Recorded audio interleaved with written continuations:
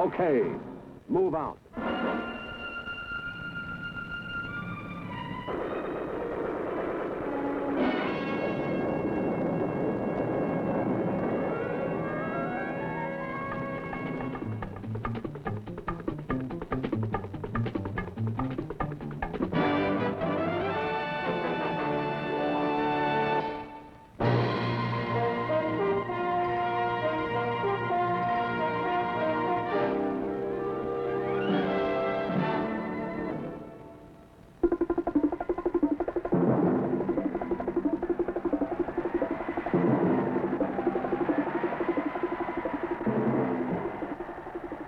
All right, men, keep an eye on them now. We don't want them getting in our way.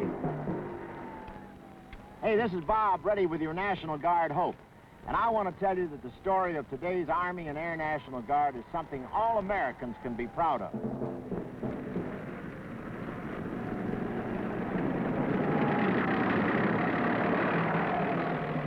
Okay, men, they're getting too close. Let them have it.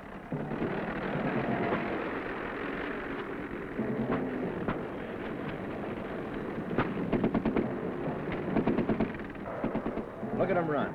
Get in our way, will they? That'll teach them.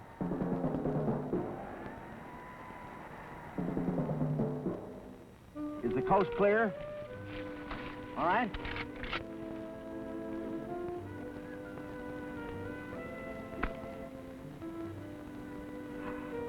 Thank you, man. Thank you. Hold it. Hold it, men. Hold it.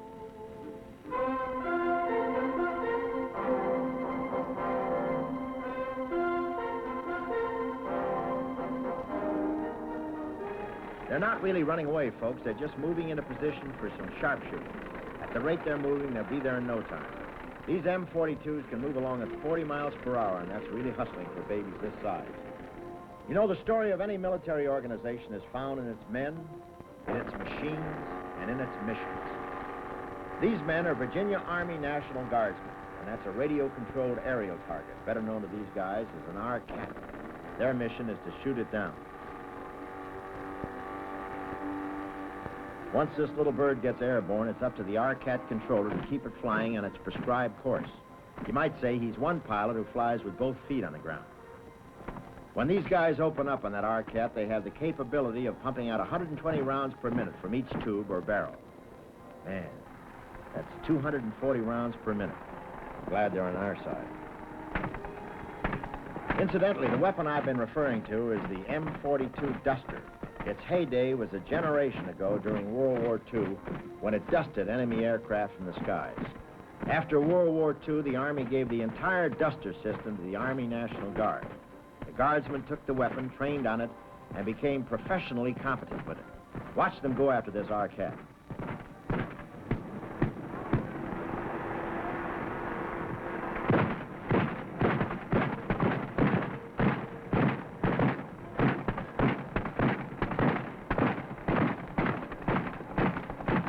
I mean? That's what I call coming in for a soft landing. Makes things a little softer in our pocketbooks, too.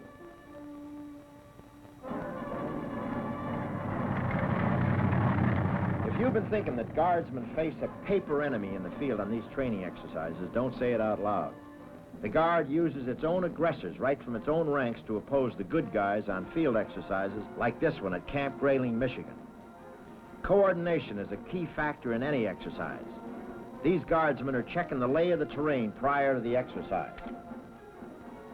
Battle planning strategy is just as important to the bad guys as it is to the heroes. These men are jumping off on an attack which will test the reaction and effectiveness of elements of the 107th Armored Cavalry Regiment of the Ohio Army National Guard. The guerrillas have plenty going for them, as you can see. These scenes are typical of the realistic combat conditions guardsmen undergo at training sites throughout the United States as well as overseas.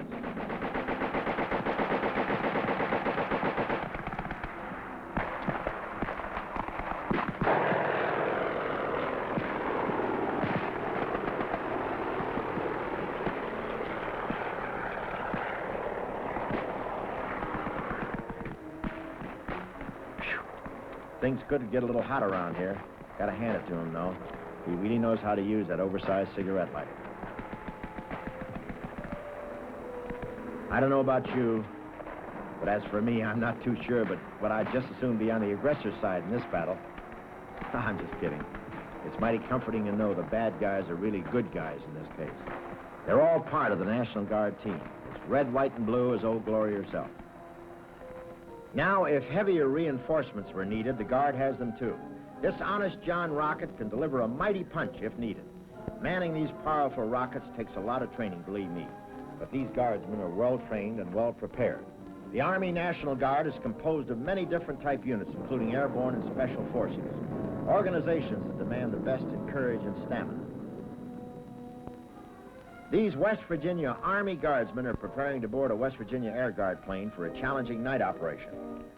Because of the nature of their military responsibilities, National Guardsmen don't accept the words professionalism and readiness as mere slogans.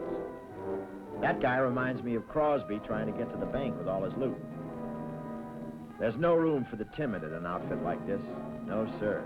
And the important thing to remember is that Guardsmen have accepted their responsibilities readily. They're all volunteers. Men who have stood up, ready to be counted if their country needs them. By their oath, they're pledged, irrevocably, to safeguard the nation and its institutions against all enemies, foreign and domestic. Any Guardsman who is worthy of the name accepts this as a fact of service. Guardsmen are citizen soldiers, and their purpose is the American purpose. For more than 300 years now, theirs has been an unbroken record of duty accomplished, of lives saved, of property secured, and of order in the face of potential chaos. Because of the close ties of the Army and the Air National Guard, they are working together continuously.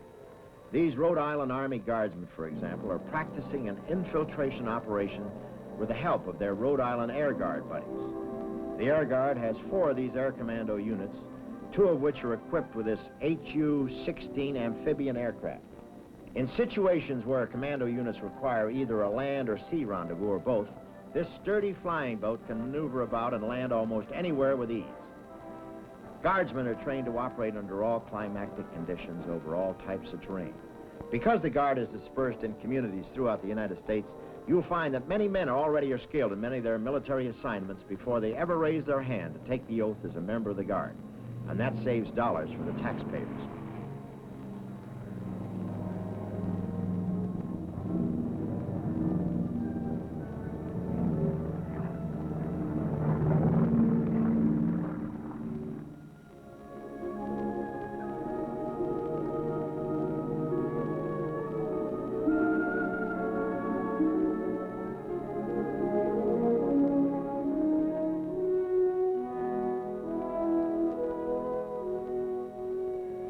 Natural wild surroundings of the West Yellowstone area set the scene for these Montana Special Forces Guardsmen as they work their way to the top of this barren outcropping. Ordinarily, this cliff would be considered a dangerous obstacle, but danger is just another word to these guys. They figured that the best way around is over the side. Some people call this a gung-ho gravitational go-mobile. Let's watch this fellow.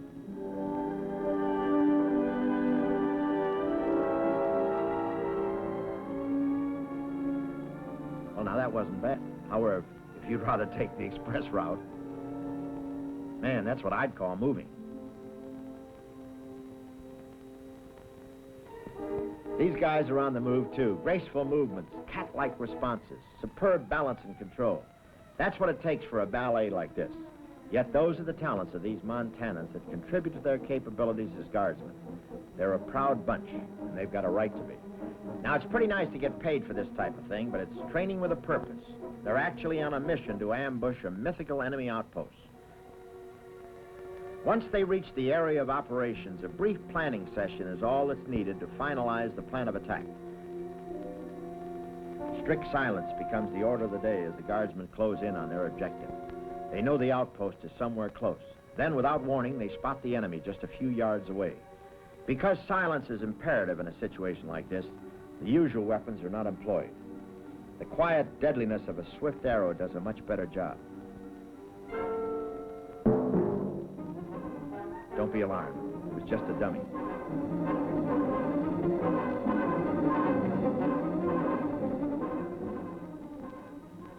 from the deep snows of Montana to the tropical beauty of Hawaii. That gives you some idea of the Guard's scope of geographical operations. They reach into Alaska and Puerto Rico, too. These Hawaii Guardsmen are on a routine patrol in an exercise that will eventually bring aerial support from mainland Air Guard units.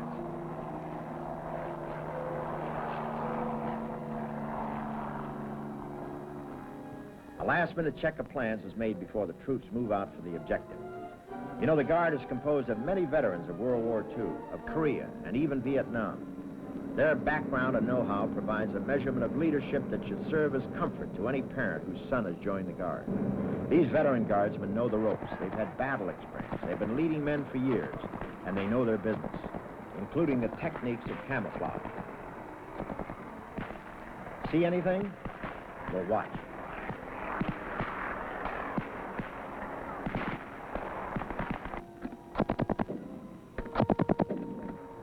You hear a lot about mortar fire in Vietnam. Well, this is what a mortar looks like. Guardsmen are trained on them, as well as every other fire system with which they're armed. Here's a grenade launcher. It's an accurate little weapon. Just watch. Bullseye. And if you really want to clobber a target, grab one of these 106mm recoilless rifles. These Guardsmen operate this weapon with perfection.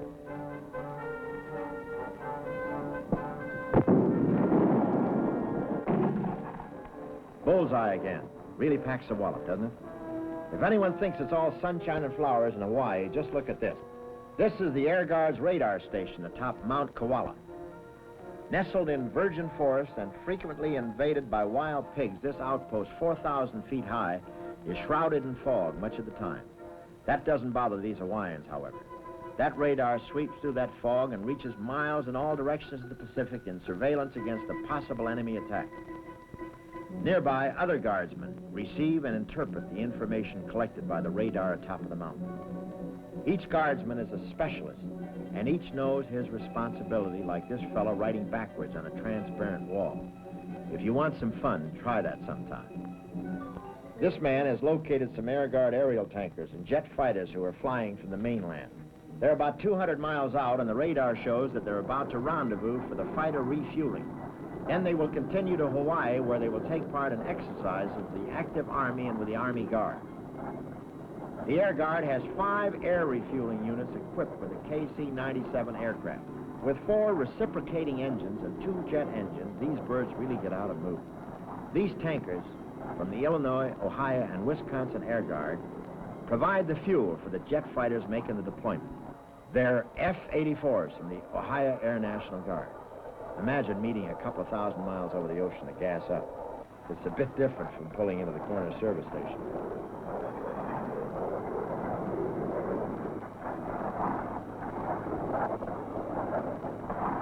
This refueling capability within the Guard makes it possible for the Guard's fighter units to deploy anywhere in the world in a matter of hours.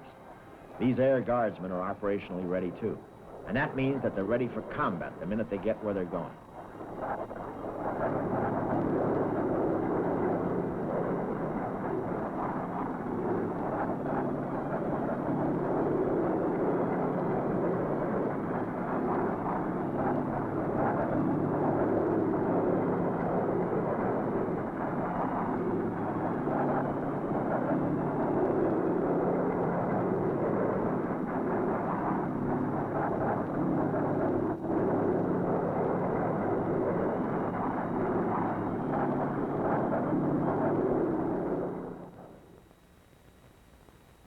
After landing at Hickam Air Force Base, the Guardsmen prepare to launch a mission to the island of Hawaii.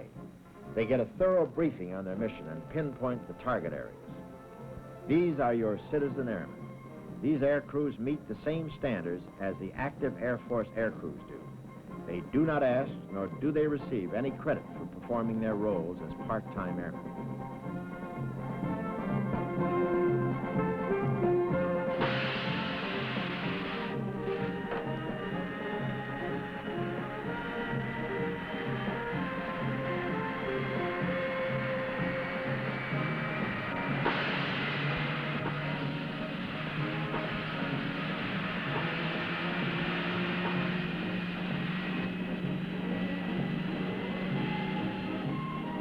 Most of these men are successful businessmen in their home community. And the National Guard believes that it is highly unlikely that a citizen soldier or citizen airman would demonstrate qualities as a soldier or airman that he does not possess as a citizen. This operation was known as Tropic Lightning, a good example of the support the Guard provides to active military service. These fighters were working with Army ground troops.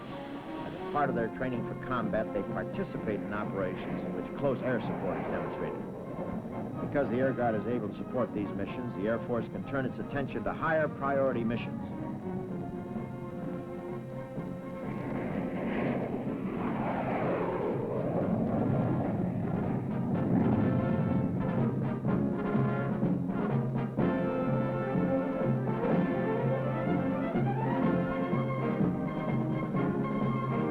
Trained for all combat tactics, these fighter pilots carry out airstrikes with speed and efficiency.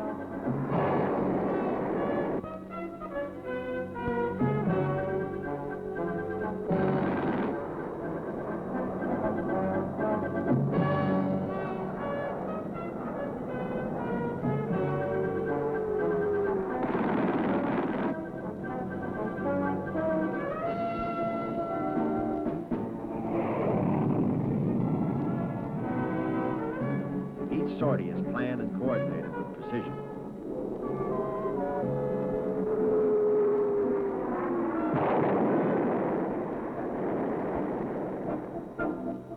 The Guard works closely with other services, too.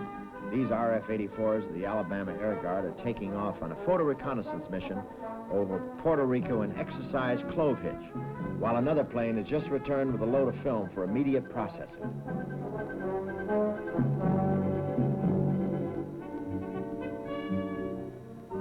Clove Hitch was a massive operation in the Caribbean involving all the services. Air Guard jet fighters, reconnaissance aircraft, and aerial tankers joined these Navy men from the aircraft carrier Forrestal, proving once again that teamwork among the services provides the background for effective defense whenever and wherever needed.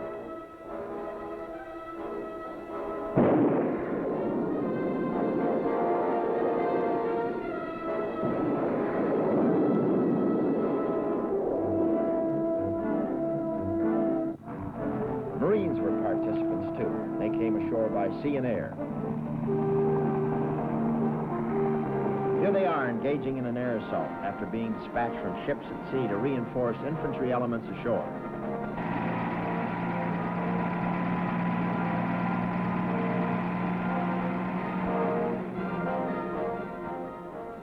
All Guardsmen swear allegiance to the state and to the nation. For that reason, they train not only for their federal mission, but for their state mission as well. These Guardsmen are playing the part of rioters in this training session. In the event police forces are overwhelmed, the National Guard is the only force immediately available to a community for the distasteful assignment of quelling civil disorder.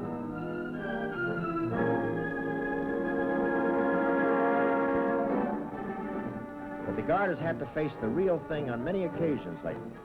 In most cases, folks have recognized the unpleasantness of the duty, and they've accepted the Guard as a force for the preservation of law and order. Whether you're young or old, however, facing a shouting mob or a lurking sniper calls for the highest degree of discipline. This is what the Guardsmen faced in Cicero, Illinois, when demonstrators marched.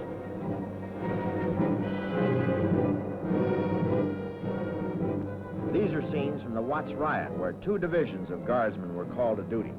The usual fire damage and destruction followed us in each riot, while patrolling Guardsmen surveyed troubled streets searching for snipers.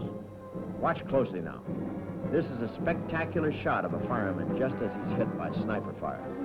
It's a dangerous, frightening duty, but Guardsmen face up to this responsibility as they face up to all others. Because of the increased intensity of violence in our cities, the Guard has accelerated its riot control training.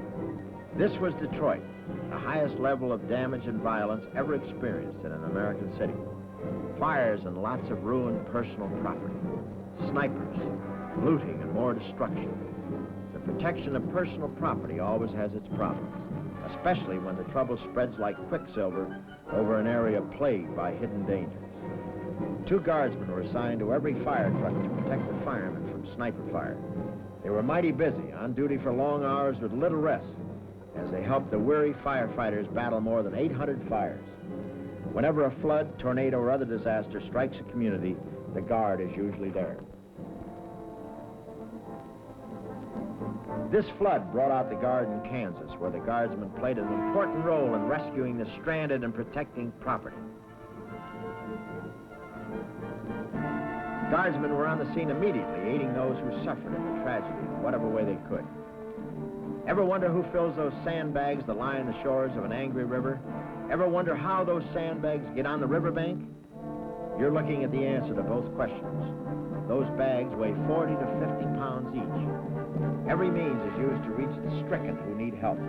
Trucks slowly search out victims. Guard helicopters do their share to assist in rescuing persons stranded in remote areas.